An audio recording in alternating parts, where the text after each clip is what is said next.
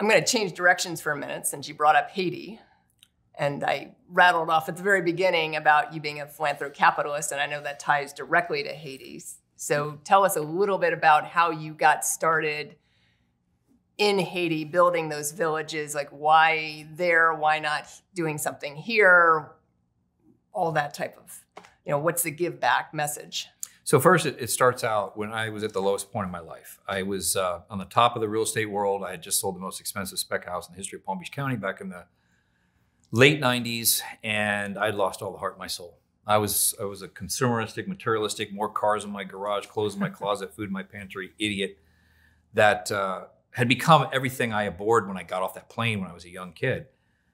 And I went to my mentor and I asked, why do I feel so bad? Like depressed, down and out bad. And he said, you haven't discovered your spiritual highest calling. I'm like, what is that new agey? I don't understand. He's a Christian. I'm a Christian. You're just talking about spiritual highest calling.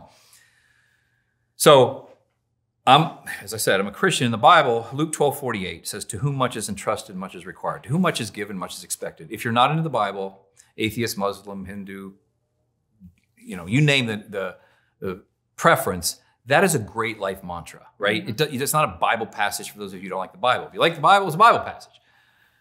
And he said, Frank, you've been given and trusted. You're doing all this other stuff with your professional highest calling that God gave you this gift with all these impediments when you were a teenager.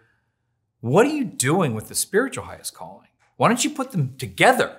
Why don't you marry your professional highest calling with what you might determine to be your spiritual highest calling?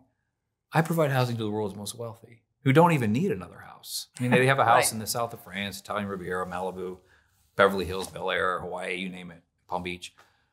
What about the people domestically, because that's where Caring House started, by the way, not in Haiti, or internationally in Haiti, which is the poorest country in the Western Hemisphere, who don't even have a roof over their head.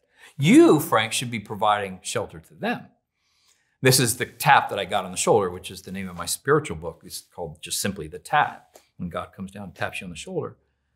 That was the most epiphanous moment in my life because I realized I had discovered my professional highest calling, but I had no clue that the other even existed. And I was pursuing my professional highest calling to the detriment of what could have been earlier my spiritual highest calling.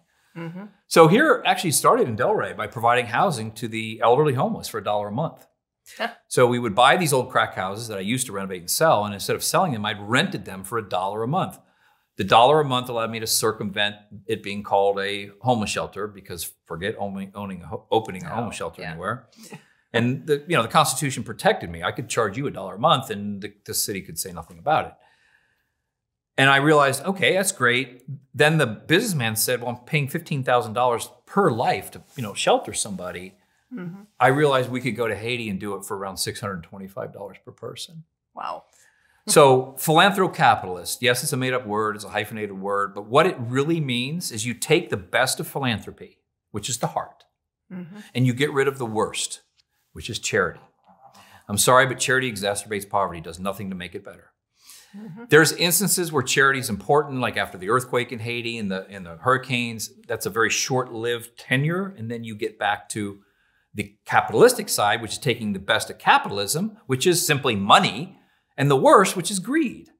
And you marry the best of the two. You go to a place like Haiti, the poorest country in the Western Hemisphere.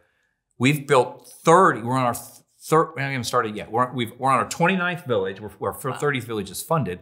So by the end of this year, we will have built 30 self-sustaining villages in the last 20 years in the poorest country in the Western Hemisphere. What that means, 13,000 children that were eating mud patties flavored with bouillon and lemon juice. Because you go to our website, you'll see pictures of what looks like a hamburger, but it's dirt flavored with basically lemon juice.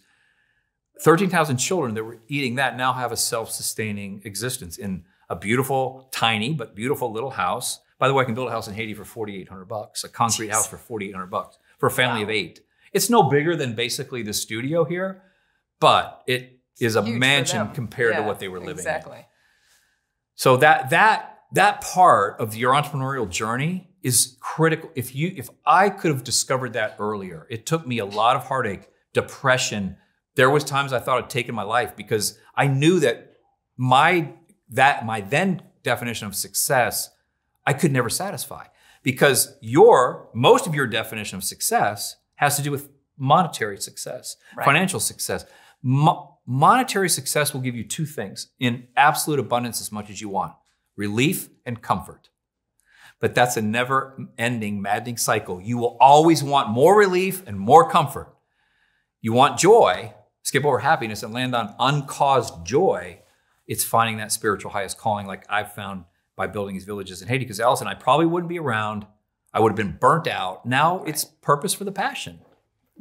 So that's that. If you remember nothing else from today, is find that. It's the last section of my book, Aspire, to move you from rich to enriched. Well, I like that. Rich to enriched.